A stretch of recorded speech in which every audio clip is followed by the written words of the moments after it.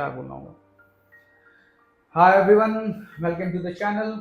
आज हम बात करेंगे कि why there are no Indians left in India. And देखिए क्या है, इस टॉपिक का जो स्टार्ट है वो मेरा ऑफिस है। ऑफिस में मैं अपने दोस्तों से, कलीग से यही बात करता था कि if I ever get a chance to do something with my passion, my passion is to teach philosophy and history. और वो हिस्ट्री जो इंडियन करिकुलम में, इंडियन एजुकेशन सिस्टम के करिकुलम में नहीं दी गई है, वो हिस्ट्री जो मुझे लगता है मैंने अलग अलग सोर्सेज, अलग अलग बुक से पढ़ी है, और मार्क्स के लिए नहीं, अपने इंटरेस्ट और पैशन के लिए पढ़ी है। तो अगर वो हिस्ट्री सबको पता चल जाए तो आई गेस कुछ पर्सपेक्टिव और कुछ कॉन्फिडेंस हमको आएगा। तो वैसे तो मैं आज बनाने वाला था नारायण मूर्ति या फिर किसी करंट इवेंट में, और आज मैंने सोचा कि क्यों ना हम अपनी हिस्ट्री के बारे में बात करें थोड़ा।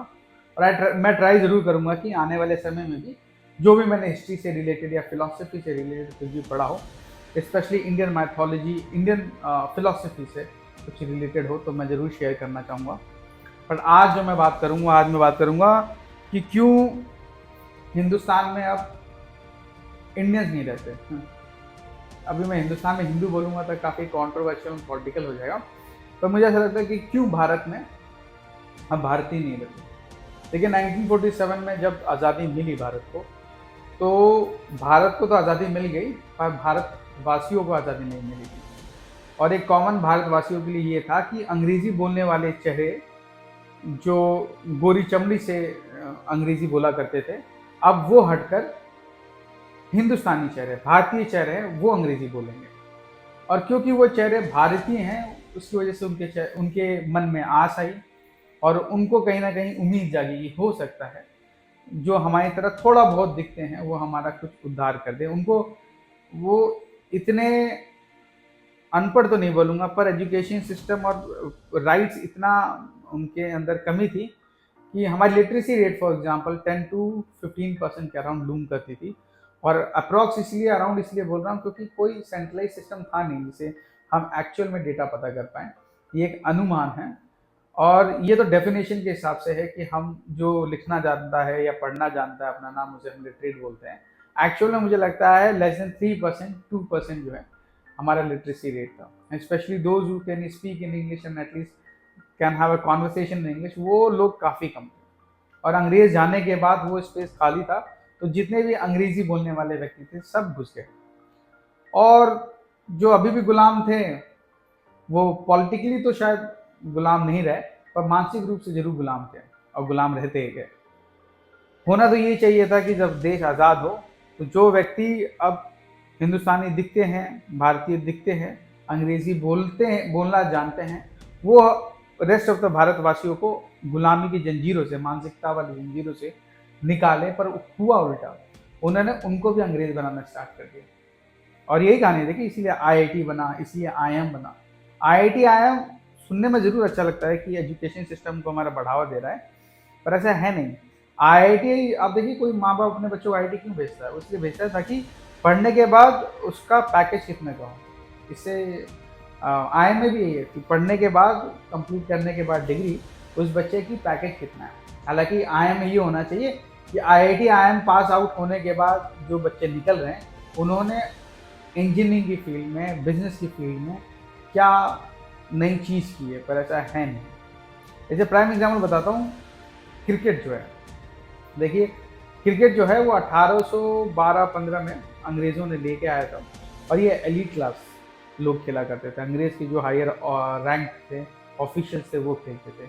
और वो भारतीय जो अंग्रेज़ बनना चाहते थे या अंग्रेज़ जो ऑफिशियल्स थे, हायर एलिट्स थे, उनके स्टैचर के बराबर थे, नवाब्स, किंग्स, वो उनके साथ खेला करते थे।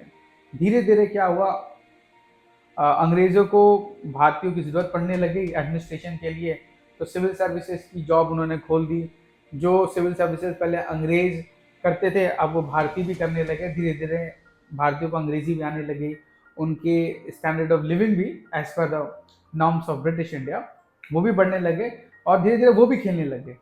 वो इसलिए नहीं खेलने लगे क्योंकि उन्हें गेम पसंद था, वो इसलिए खेलने लगे क्योंकि they wanted to emulate the actions of Britishers. Mahatma Gandhi the father of India, उनकी अगर ऑटोबायोग्राफी पढ़ोगे तो आप देखोगे पोरबंदर की पैदाइश है उनकी, और गुजरात के हैं। गुजराती जो है अमूमन जो है majority of the Gujaratis are vegetarian in nature. उनकी फूड हैबिट जो है, खाने ईटिंग हैबिट जो है, उसमें वेजिटेरियन फूड है। और गांधी हिमसेल्फ एडमिटेड कि वो वेजिटेरियन है, बट उन्होंने नॉन वेज खाया। नॉन वेज इसलिए नहीं खाया कि he wanted to explore non veg, no no no, he wanted to be like an English man, and for that the first step is to have that non veg meal. और खाली गांधी जी ने बहुत सारे जो माइंड्स थे, Indian minds थे, uncooked Indian minds थे, raw minds थे, वो अंग्रेज बनने की लालसा और होड़ में लग गए। कई हद तक आपको नाम पता चलेंगे जो भी उस जमाने में अंग्रेजी बोलते थे, वो हिंदुस्तानी थे नहीं। हम हिंदुस्तानी बॉडी जरूर थी उनकी, पर उनका सोचने का तरीका, बोलने का तरीका जो था वो, और रहने का तरीका, वो काफ़ी हद तक अंग्रेज था। 1947 में आज़ादी मिली, लिटरेसी रेट हमारी जो है वो लेस देन 15% मान लीजिए उतनी थी। गवर्नमेंट ने भारतीयों को आज़ाद नहीं किया, उन भारतीय जो बचे हुए थे उनको मारना स्टार्ट कर दिया, और धीरे धीरे उनके अंदर अंग्रेज वानबी अंग्रेज को इनकलकेट करने लगे। तो वही क्रिकेट जो पहले शायद एलीट लोग खेला करते थे, अमीर भारतीय खेलते थे, आज हर घरों में आपको क्रिकेट दिखेगा। वो चाय पत्ती जो पहले लंदन में, इंग्लैंड में पी जाती थी, धीरे धीरे अंग्रेज़ों ने रेलवे स्टेशन स्टार्ट किया, आज हर भारतीय घरों में चाय को आप देखोगे। वही शराब जो पहले अंग्रेज ने अपने बिजनेस के लिए स्टार्टिंग में फ्री में बांटना स्टार्ट किया था, अब आप बहुत सारे स्टेट में और बहुत सारे फैमिली गैदरिंग्स में, सोशल इवेंट्स में उसे एक सोशल फैब्रिक की तरह मानते हैं और हम पीते हैं। तो अब हम अंग्रेज ज़्यादा हैं, भारतीय कम हैं, बस भारतीय होने का ढिंडोरा जरूर पीट लेते हैं। आई होप ये वीडियो कुछ सेंसिबल हो आपके लिए। इसीलिए इसी का मतलब इसी तरह पे बोलना चाहूँगा कि ये एक प्राइमरी रीज़न है कि इंडियंस आईफोन ज़्यादा यूज़ करते हैं, और आईफोन ये जानता है कि आईफोन इंडिया में मोबाइल और यूटिलिटी से ज़्यादा एक स्टेटस सिंबल है। इसी की वजह से आईफोन की जो कीमत हिंदुस्तान में है, भारत में है, वो रेस्ट ऑफ द नेशन से ज़्यादा है। क्योंकि जब आप स्टेटस खरीदने जाते हो तो उसके लिए एक्स्ट्रा प्राइस पे करते हैं। आई होप जो भी ये वीडियो देख रहे हो वो ऑफेंड होने के लिए वीडियो बनाया मैंने। बाकी अपना ख्याल रखिए।